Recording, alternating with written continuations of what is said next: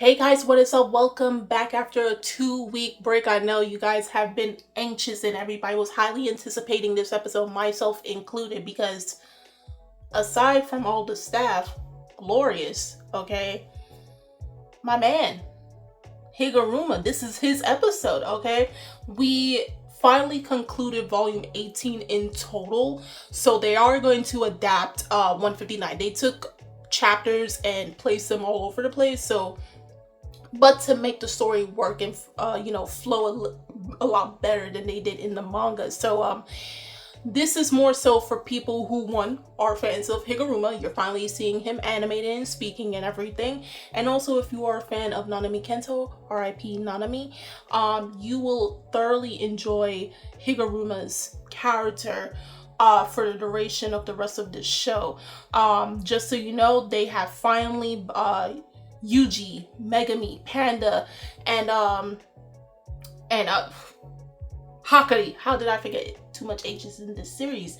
They all finally entered into the Tokyo colony, and the sole reason is to find Higuruma and to also find Tsukumi. Of course, unfortunately, they already got bombarded by the Culling Game characters, all who are either newly awakened sorcerers or sorcerers from the very past reincarnated into modern day society. And they're all here to play this game of survival of the fittest, okay? So Yuji already took out 2 so far, and now he's about to run up on Higuruma, so we'll see how that goes, unless you already read the manga, so you already know how that flows. So without further ado, let's get into Jujutsu Kaisen Season 3, Episode 8. Oh, dang.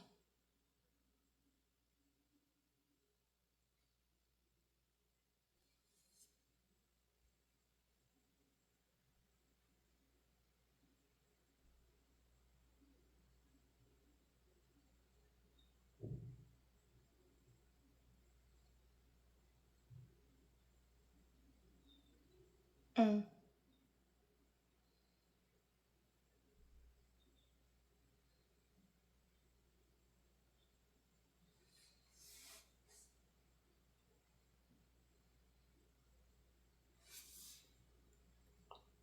damn.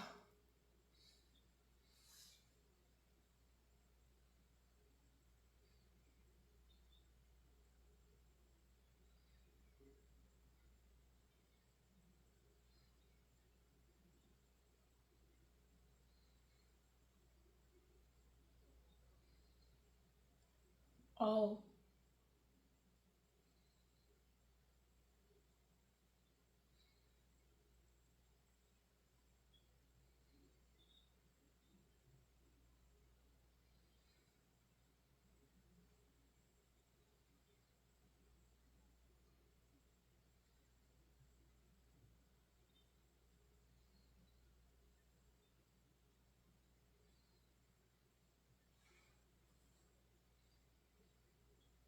I'm sorry, all I hear is Gintoki. I'm sorry.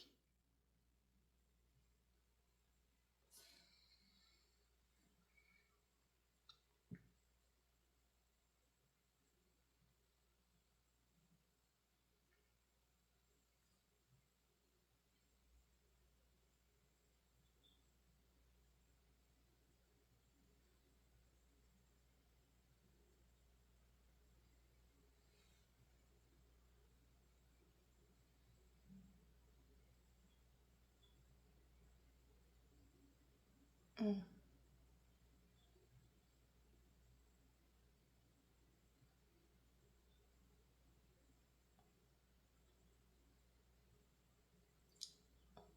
Isn't that illegal?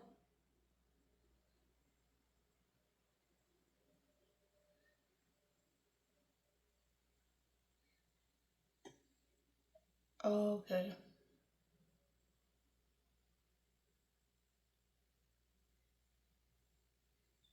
It's because of the place ran by, okay.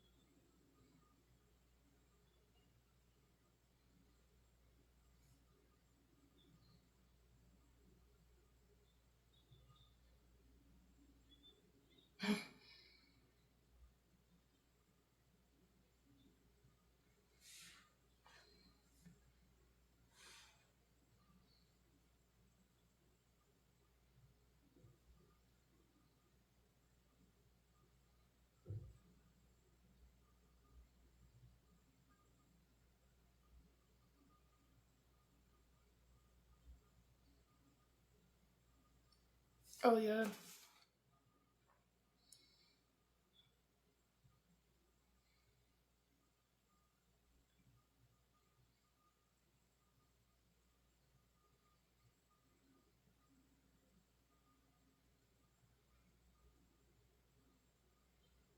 Mm.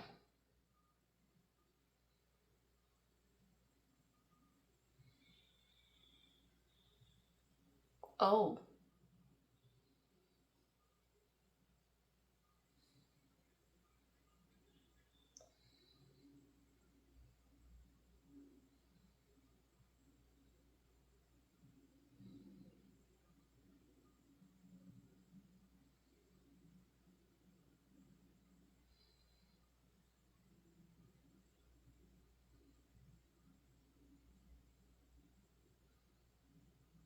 Mm.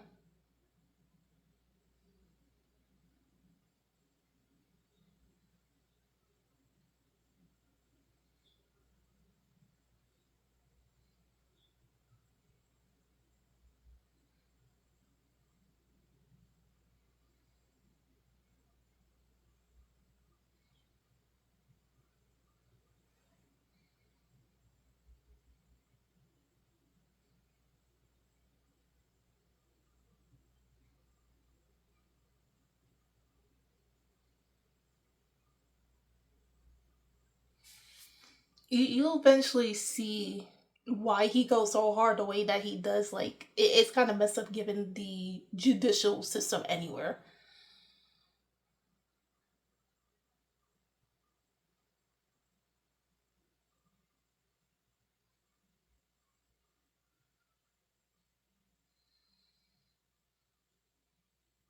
Mm.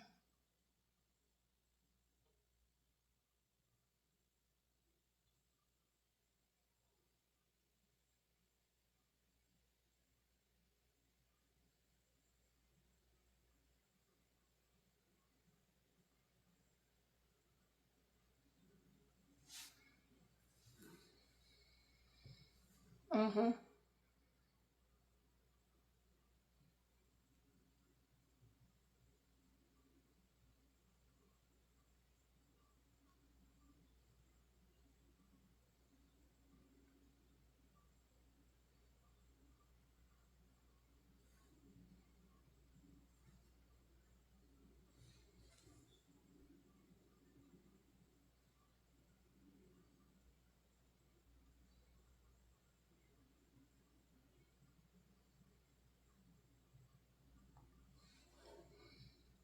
Mm.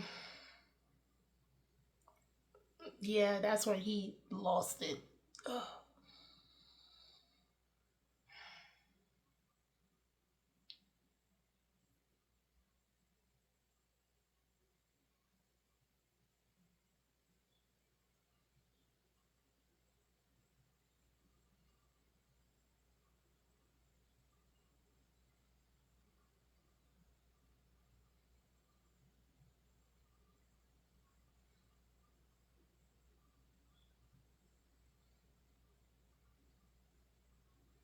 Yeah.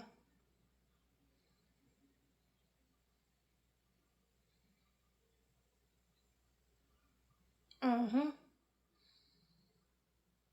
And then he goes blaming him like, I thought you could do it. It's damn if you do, damn if you don't.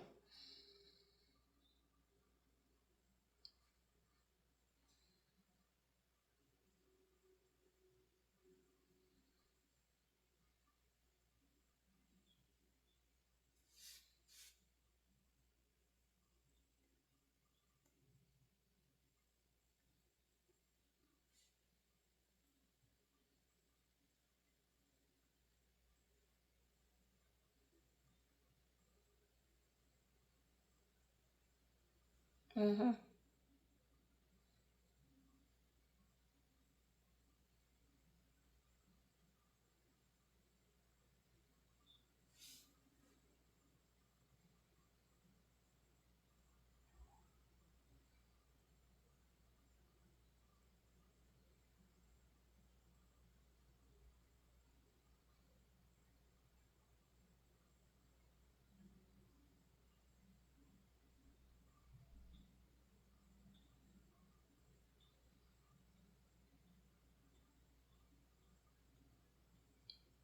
Yep.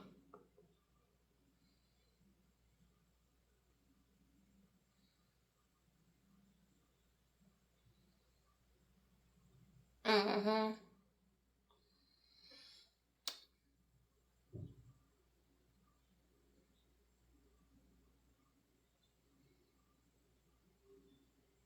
Mm.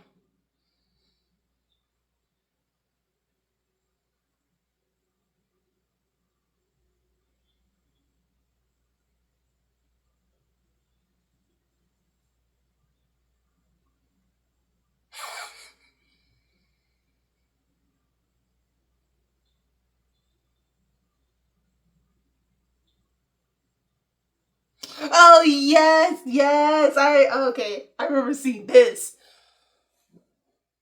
Mm-hmm.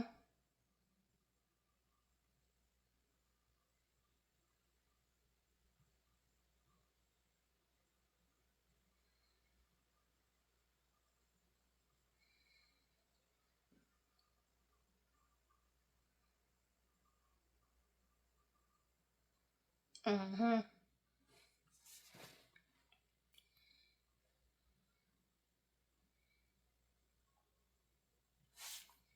You're just as bad as being a bystander.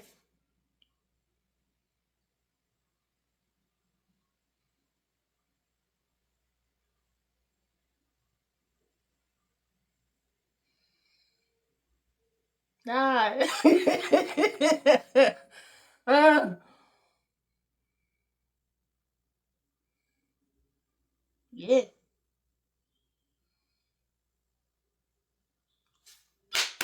As you should, my son. As you should. Gosh damn.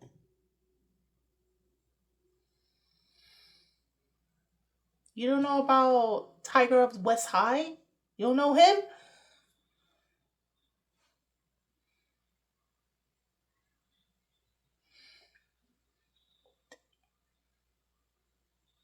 Oh, he's like, you next?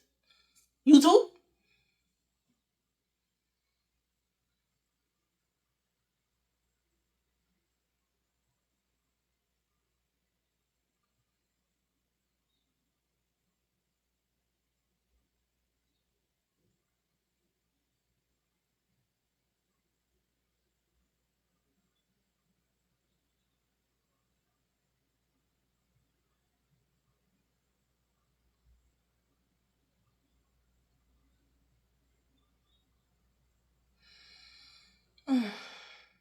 Mind you, you heard the words that she said. We're going to Ikeburo.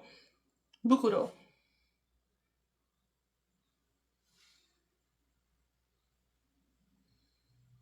Same place that Yuji's at. Mm-hmm.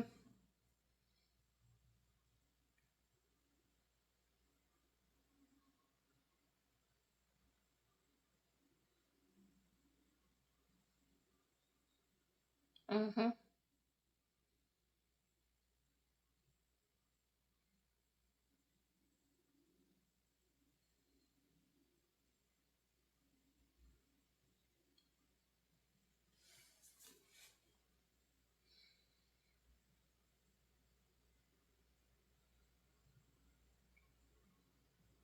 Just like at the time you didn't speak up for the bullied.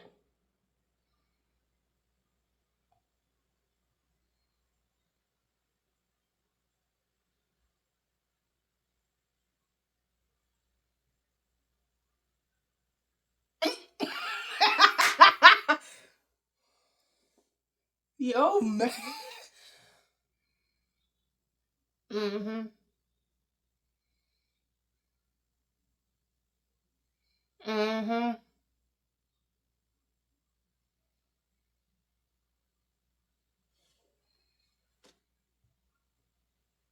The way he turned to look at her and said, "Are you?"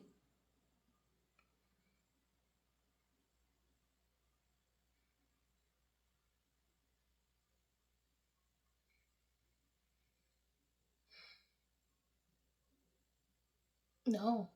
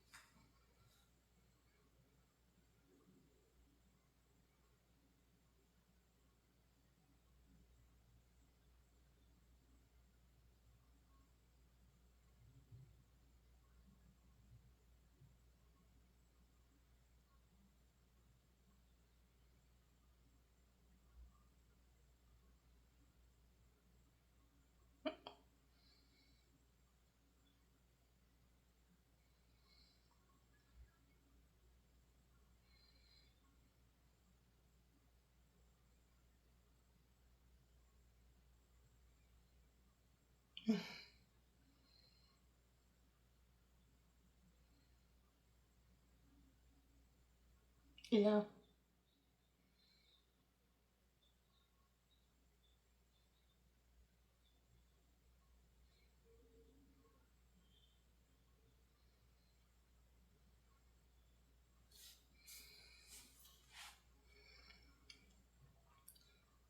I didn't really read this part in the manga, so ooh.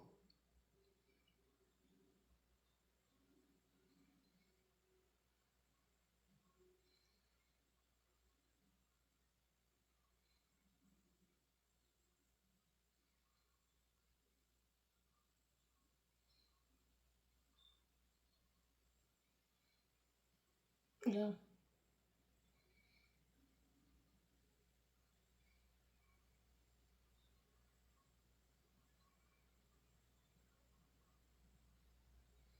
Yep.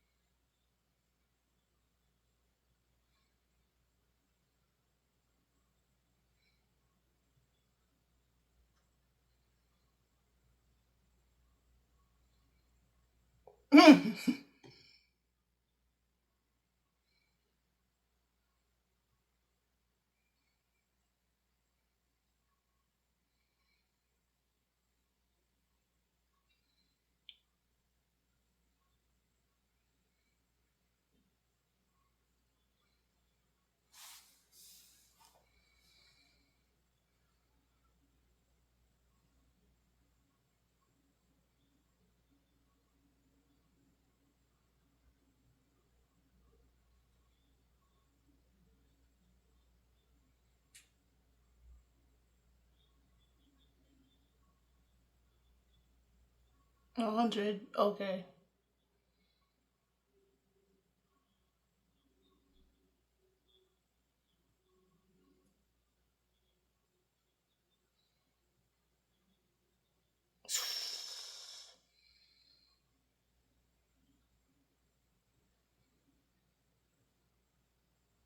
Yeah, yeah. I've been saying it was survival of the strongest. Yeah. Yeah.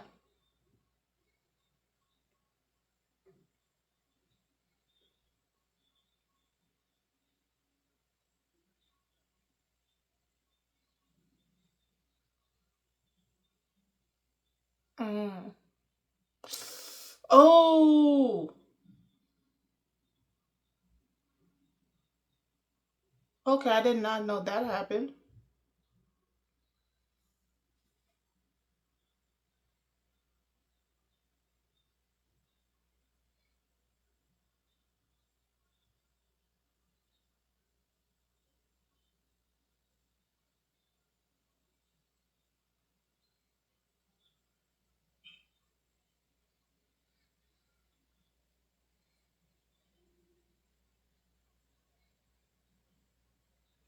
Yeah.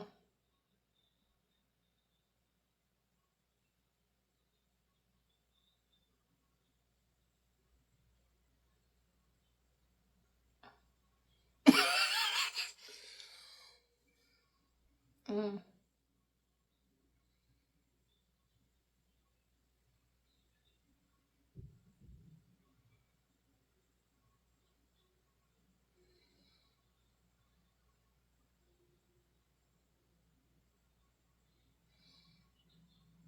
Mm.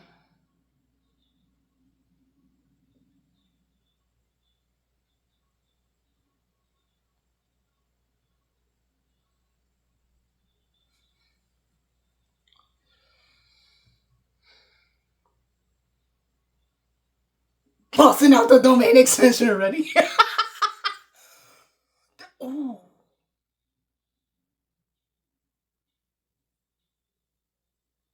I love how they animated that.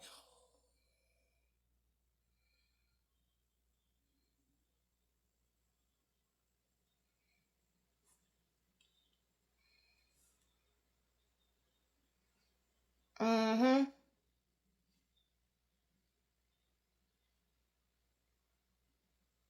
Yep, yep.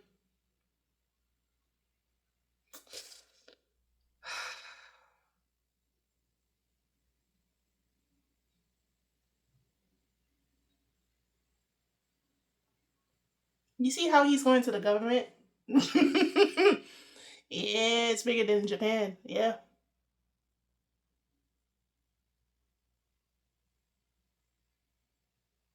Okay, so looking at this episode, I would have to specifically say the overall arching theme is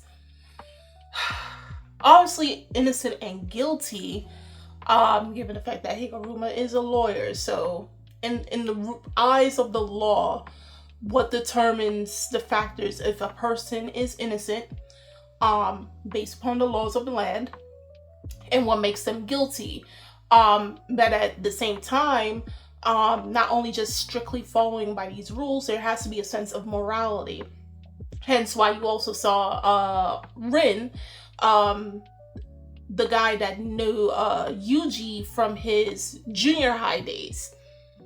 You can clearly see the difference, but well, not so much the difference, but somewhat similarities between these two. Of course, Higuruma has more of a bigger play at hand, and given the fact that this episode is mainly focused on him. So we saw like between Rin and that other, what's her name?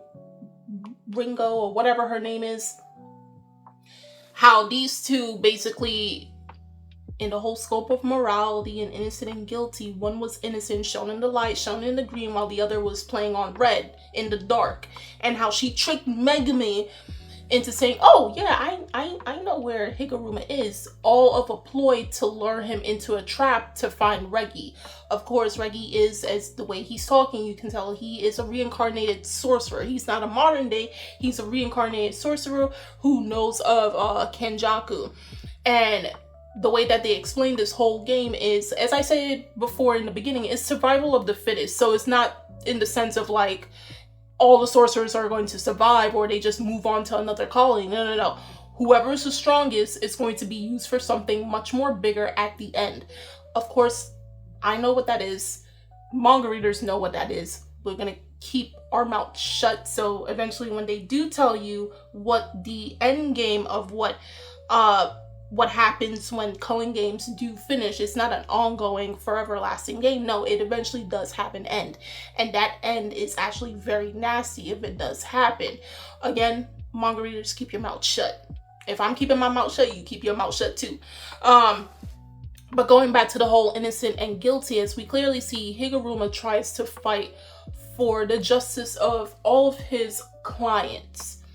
And he can clearly see the rights and wrongs, but he has come to a point where every time he does try to do right, and tries to help people, it goes to show that the laws of the land is not always fair.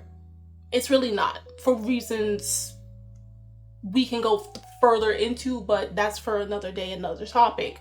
And obviously, the reason why I said, like, in the reaction part, damn if he do, damn if he don't, because at the end of the day, if it's not the client he's trying to defend and win the case, then it's people outside, regular people who is watching these trials, that are going to condemn him because he protected a murderer, someone who should not be out in regular day society.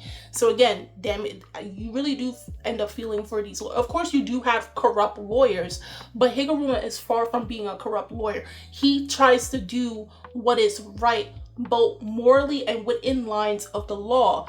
But it comes to find out that no matter how morally right he is, how much he does try to do good in the moral sense and do by the books, he gets slapped in the face constantly.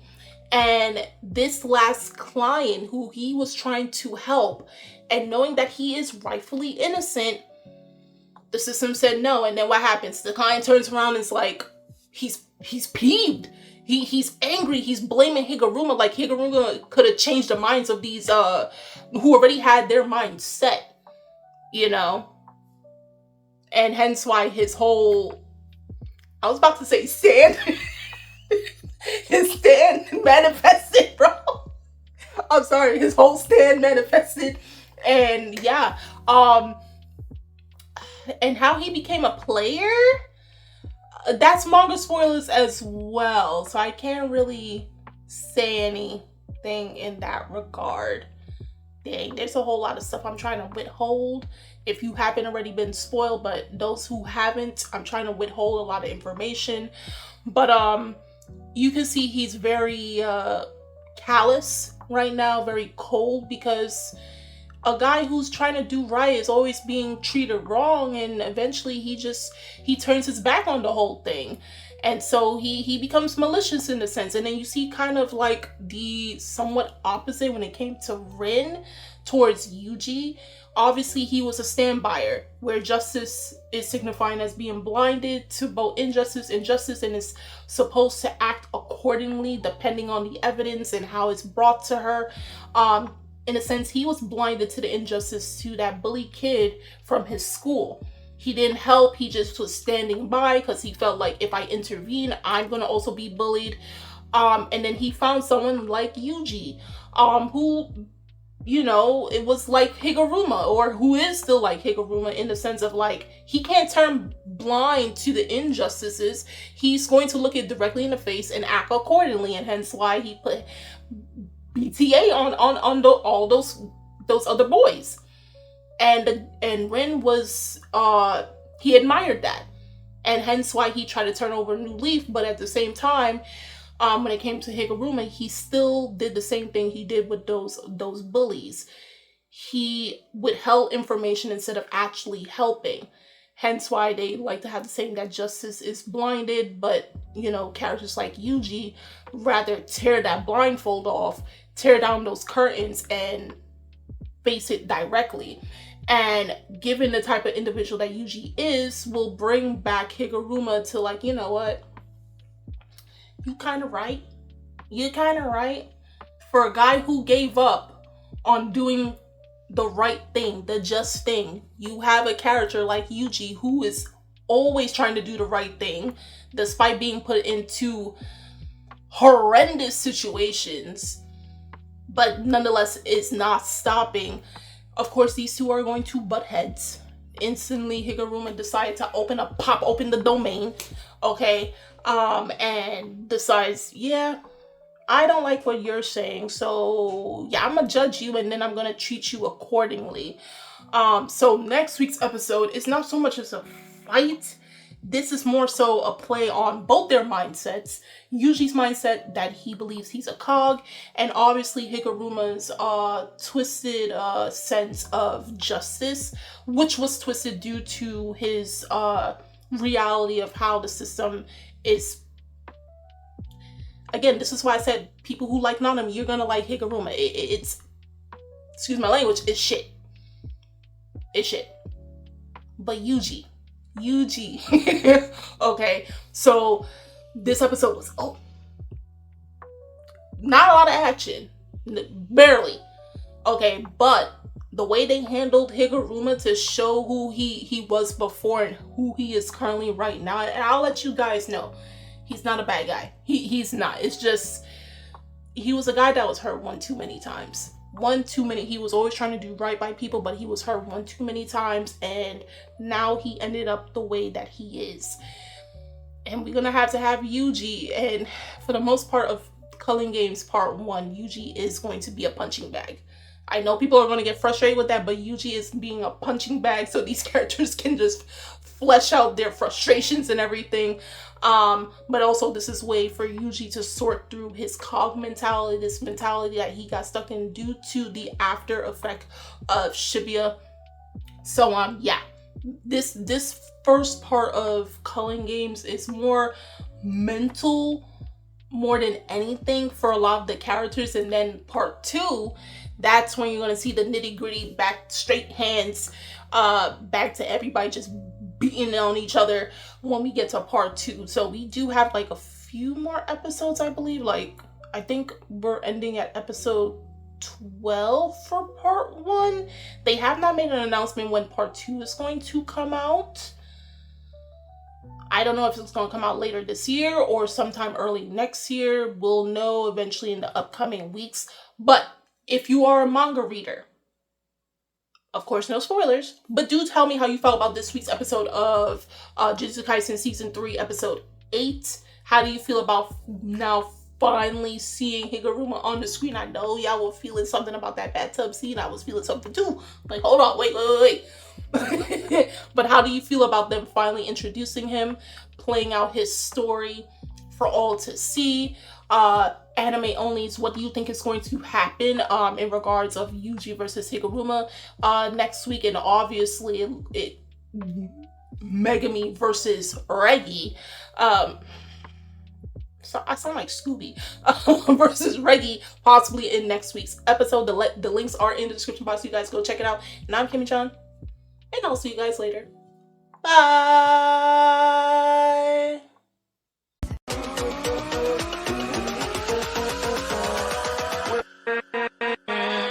With